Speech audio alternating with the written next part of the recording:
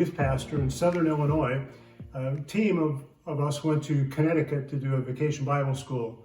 One night while we're at dinner, we're talking to the person who's waiting on us, and she asked you, well, what church are you from? And we said, we're from the Christian church. And she looked with a puzzled face and she said, aren't they all Christian? And it's a really good question. Aren't they all Christian churches? Why are we called Refinery Christian Church? In her mind, if you're a Christian, you're a part of some denomination. That's how you identify it. But we have chosen to become a Christian church. Why? Two major reasons I'd like to give you. One is the church belongs to Christ. It doesn't belong to anyone else. We go back to Acts 11:26, and it says they were first called Christians in Antioch. And that term continued. I might add, just as a side note, that phrase Christian is only found 3 times in the New Testament. But here we are called Christians from the beginning, and through the centuries, that's what we have been known. And so this is a Christian church because it belongs to Christ.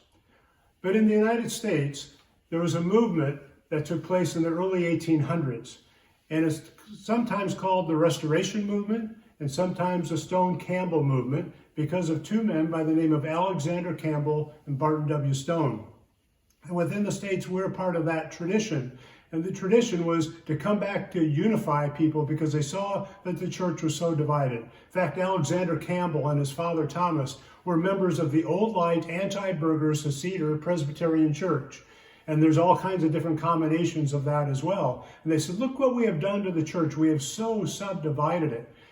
Barton W. Stone was a Baptist, but he liked the idea of just calling himself Christian. And so they made a determination to have a movement, say, let's unify believers rather than to divide them. That's what a denomination does. It divides.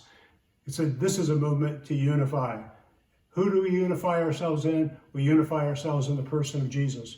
We unify in the authority of the Scripture.